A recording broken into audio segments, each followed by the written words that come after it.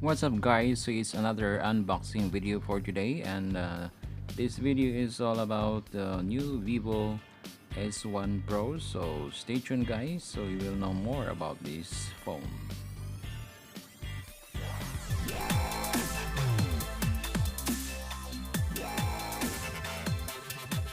Actually guys, sa box nakasulat ang kanyang RAM at saka yung storage. And then yung kanyang printing sa box, sa side may S1 Pro. At sa likod actually nakalagay na rin yung kanyang back camera, front camera, and display, fingerprint scanning, at saka yung dual engine fast charging.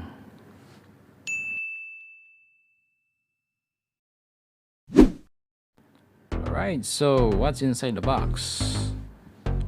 Yun. So unang-una actually guys is yung kanyang protective case with manual. Sa likod po ng manual ay yung kanyang SIM ejector. At the same time, Type-C to USB cable. At the same time, yung kanyang phone. At meron siyang headset. Yun. At saka yung 3-pin 18 watts power adapter. Fast charging po yan guys.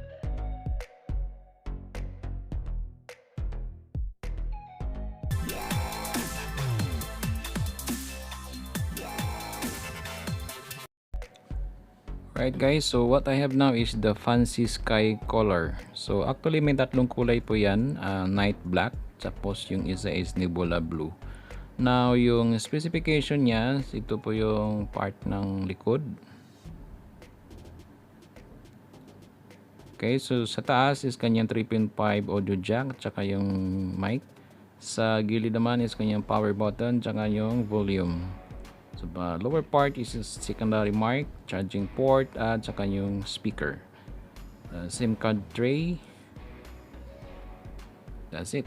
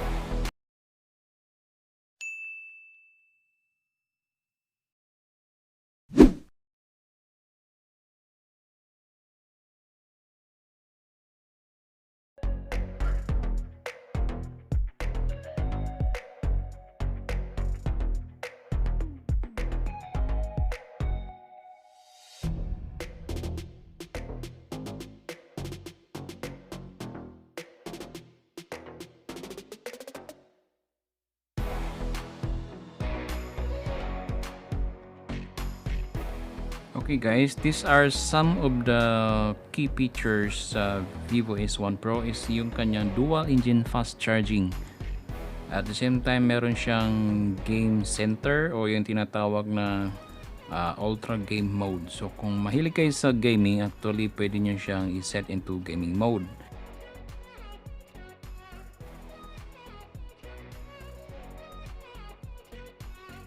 At the same time guys, meron din po siyang motorbike mode.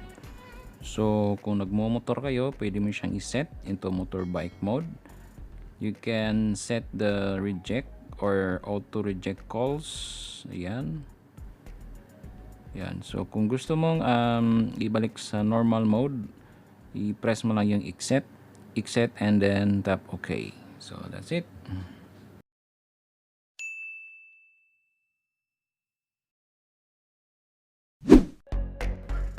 Alright guys, so these are the sample pictures and videos that I'm using Vivo S1 Pro.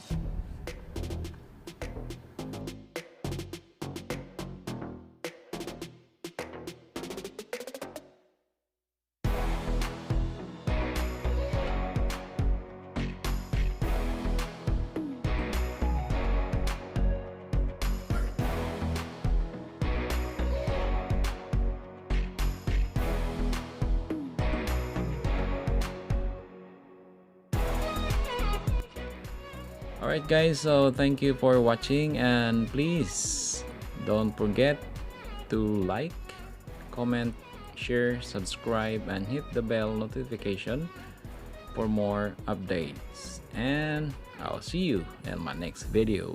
Salamat!